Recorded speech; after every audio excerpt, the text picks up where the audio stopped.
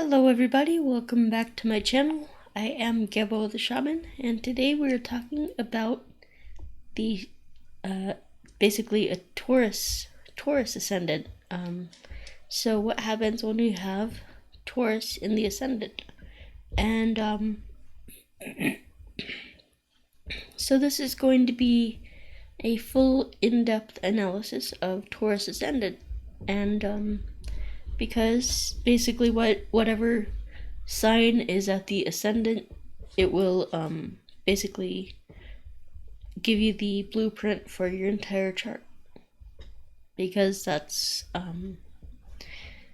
because the sign that basically what your ascendant means is it's the sign that was rising above the horizon at the time of your birth.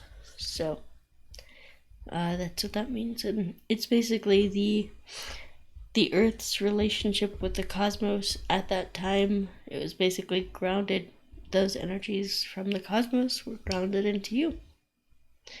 So this is why we use the ascendant as the zodiac sign rather than in Western astrology they use tropical, or they use the sun sign.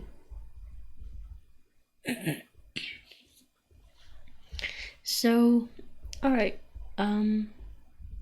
so let's see. So Taurus Ascendant. So what does it mean when we have Taurus Ascendant? Taurus people are automatically, stubborn, but that could be a good thing. But they also value traditional things, or like, I guess, material things. So Taurus Ascendant is materialistic pleasures, things like that, and it's a very grounded sign. It represents the mother's nourishment, like the nutrients and things like that. It's Taurus is the natural second house, so it has to do with your savings, your inheritances, your life savings, things like that. And so then we have Gemini in the second house. So Gemini in the second house, this means that your desires or your values, I'll just say your desires change fast. Like, Gemini is ruled by Mercury. So Mercury is the prince who goes and sleeps around and is like here and there, back and forth. It's like it can show you have a love for travel. It could show that you like the intellect. So your intellect, or like, being witty, being funny, those are the things that Taurus loves. And then we have Cancer in the fourth house. So Cancer in the fourth Cancer in the third house. So that shows some emotional communication. That could be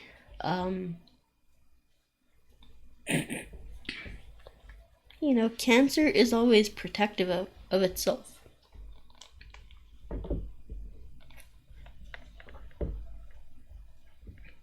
Cancer is, that has that hard exterior shell, and then they have a soft interior. So it's all about, you might be very you might put up a lot of walls when you first meet somebody. You could and that's good. It's a way to feel safe. It's boundaries. And then when you really get to know people,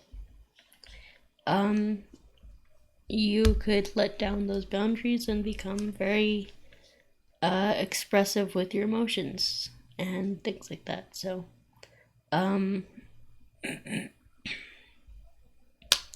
as well, your siblings. You might have a kind of a mixed relationship with them. You could, for some siblings, you could put up a wall and just totally cut them off. Or for some others, you could have that soft, nurturing side. So, it just depends. It also depends on where your moon is placed, because that'll tell you what's going on more in this sign. So if you want to know more about your ascendant, look at your Venus placement. If you want to know more about your second house, Gemini, look where Mercury is placed. If you want to know more about your third house, which is Cancer, look where your moon is placed. Alright, and then we have Leo in the 5th house. Or sorry, Leo in the 4th house.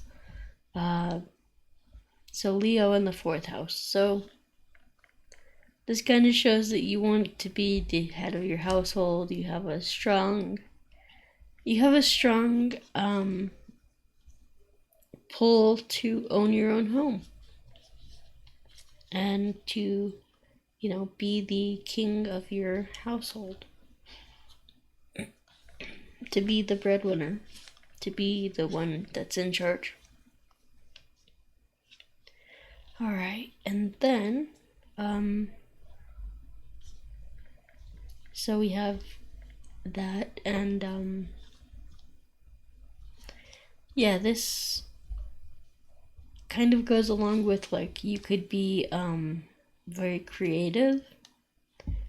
When you're home, you could be very creative, very fun, very playful. And it's just overall good. It's like Leo brings that energy of fun and playfulness and creativity, and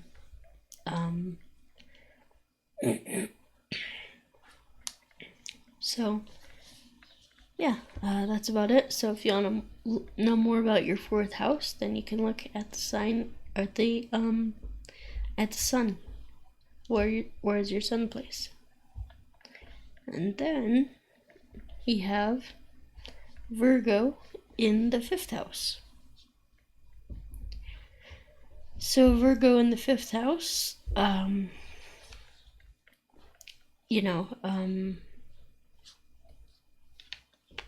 that would kind of take the fun out of fun.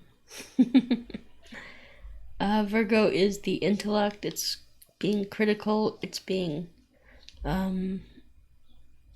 it's critical thinking. It's analytical, things like that.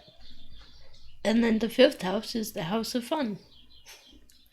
The house of pleasure, romance, sex, children, things like that. So, Virgo in the 5th house would be it's just kind of not the best when it comes to the 5th house.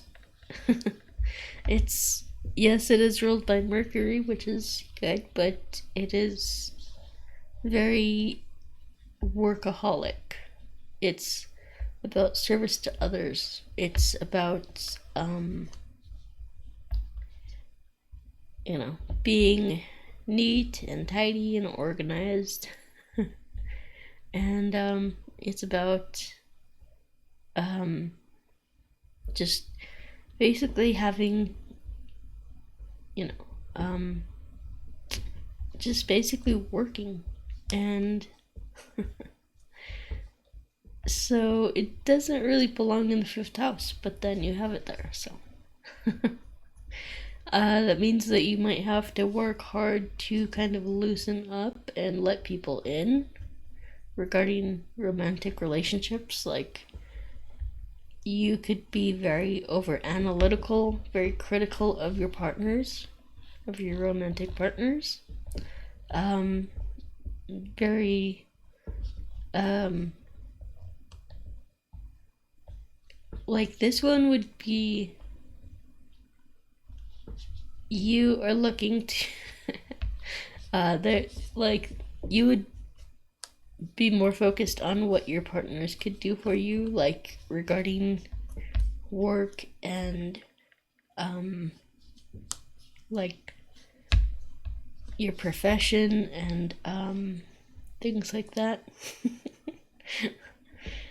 So whether you're that doesn't mean that you're sleeping with your boss. It just means that, like, that even with romantic partners, that would be, okay, how can I gain in society from this? Like, how can I that kind of thing. So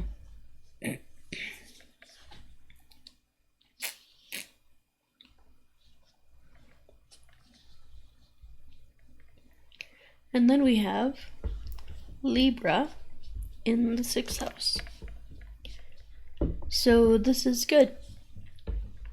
This shows that your work environment and work habits and everything like that are balanced. Everybody's trying to find a balance between the home life and work life and things like that, but Taurus, it looks like you got that nailed. So that's good. Again, if you want to see more about the 5th house, look at your Mercury placement, and if you want to see more about your 6th house, look at your Venus placement. Alright, and then let's see.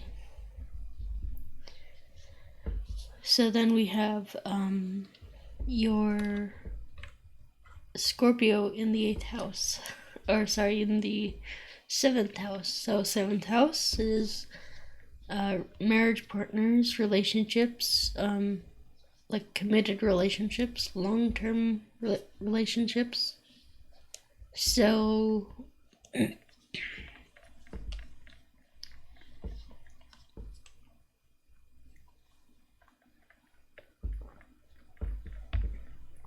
this kind of shows Scorpio in the 8th house, or 7th house. That's an interesting one. It's, of course, what everybody would say for this position is that your relationship will be based around sex. However, there's more to that.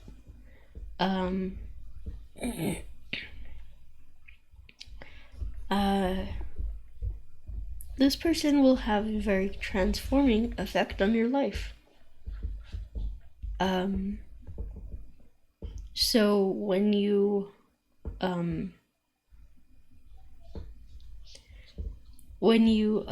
have, like, when you get married, a lot of times the marriage will have a very strong effect on the individual's lives. They can gain greatly from marriage. They can really gain a lot from it, and in terms of like monetary gain and things like that, rising in society and a whole bunch of things. So anyway, let's see. So then we have we have Sagittarius in the 8th house. So Sagittarius in the 8th will have like the 8th house is the house of birth, death, sex, transformation, sudden ups and downs, sudden gains and losses. So if you have a guru,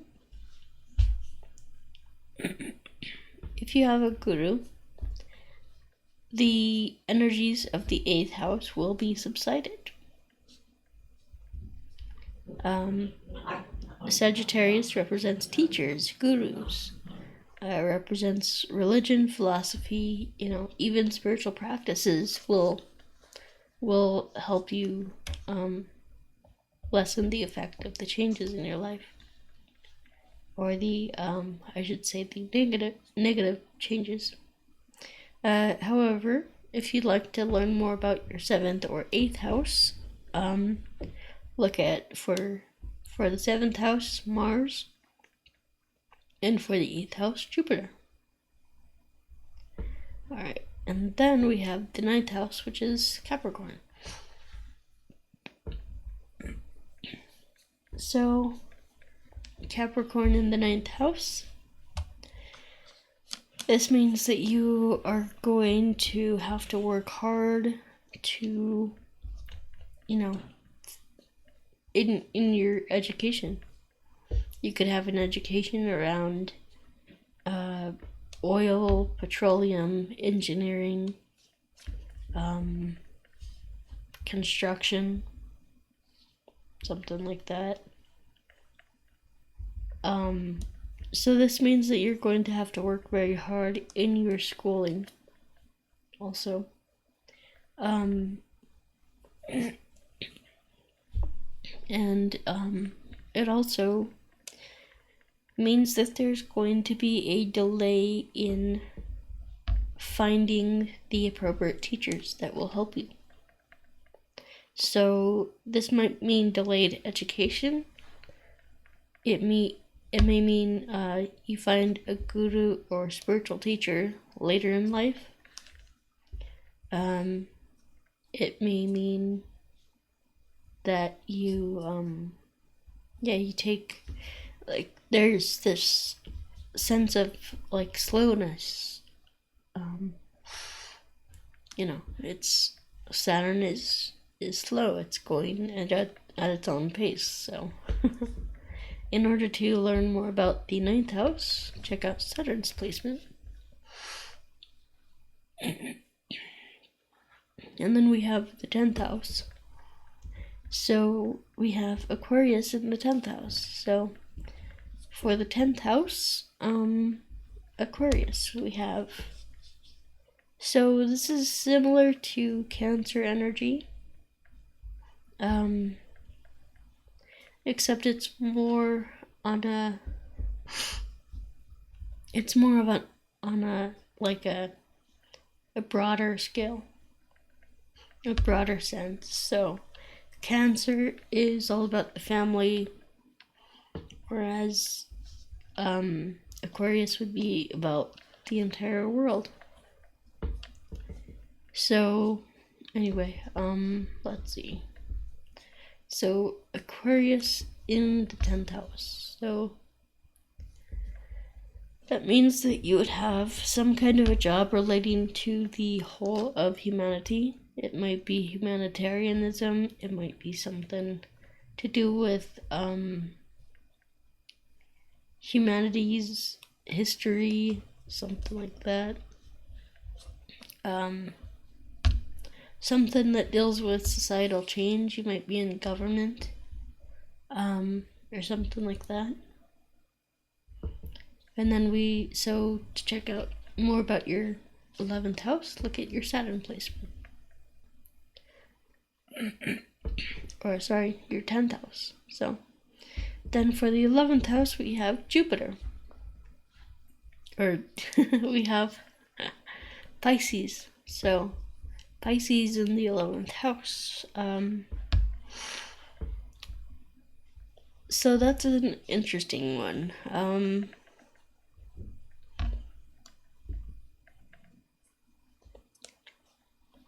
yeah, 11th house is gains. It's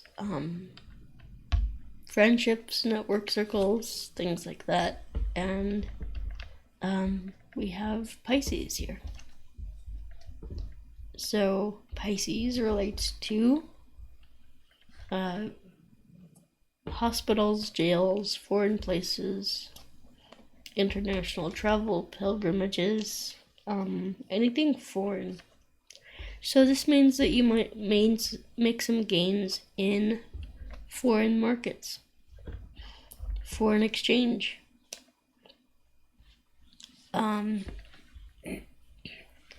May make some money in doing something spiritual, or foreign lands, foreign travel, something like that. So then we have Aries in the 12th house. So Aries is passion, it's energy, it's the warrior, it's vitality, stamina. So what is Aries in the 12th house? So 12th house is foreign places, foreign lands. It's the epitome of spirituality. Like 12th house is like going on foreign pilgrimages and dedicating yourself to be a monk and things like that. So this shows that there's a lot of energy towards spirituality. This could, like, if Aries was in the 9th house, I would say, okay, that's a fiery preacher. However, in the 12th house, it's more inwardly directed. It's more let's see. There's like a passion for spiritual growth there in the Aries in 12th house. So once again, if you want to learn more about the 12th house, look at your Mars placement.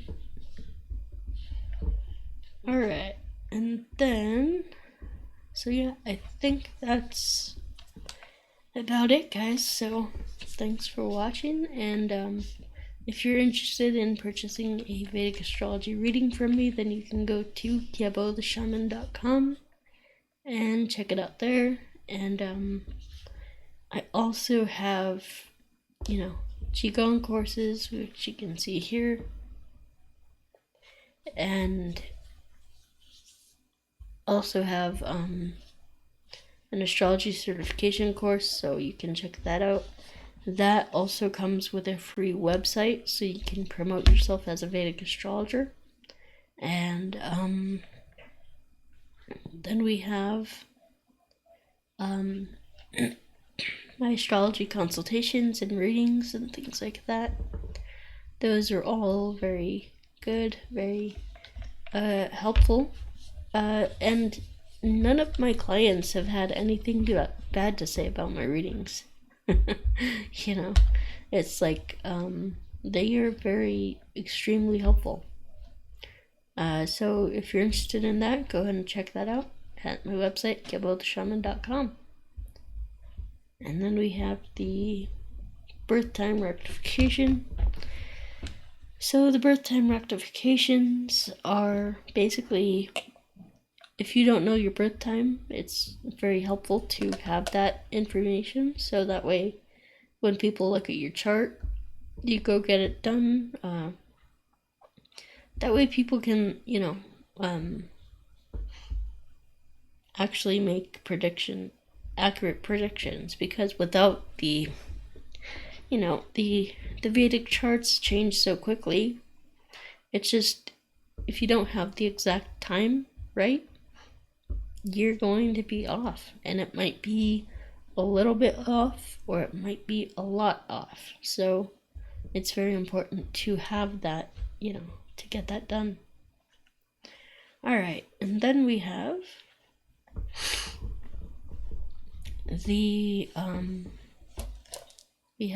the rune readings. So I do offer 9 world rune readings, and so if you want a reading about your future, about what's going on in your life, those are very powerful and very good.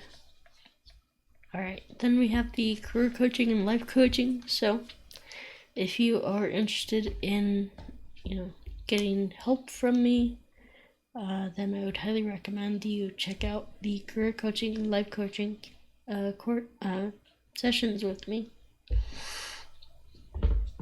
Then we have the trauma healing course, also known as the emotional awareness course. I do plan on uploading more to that course.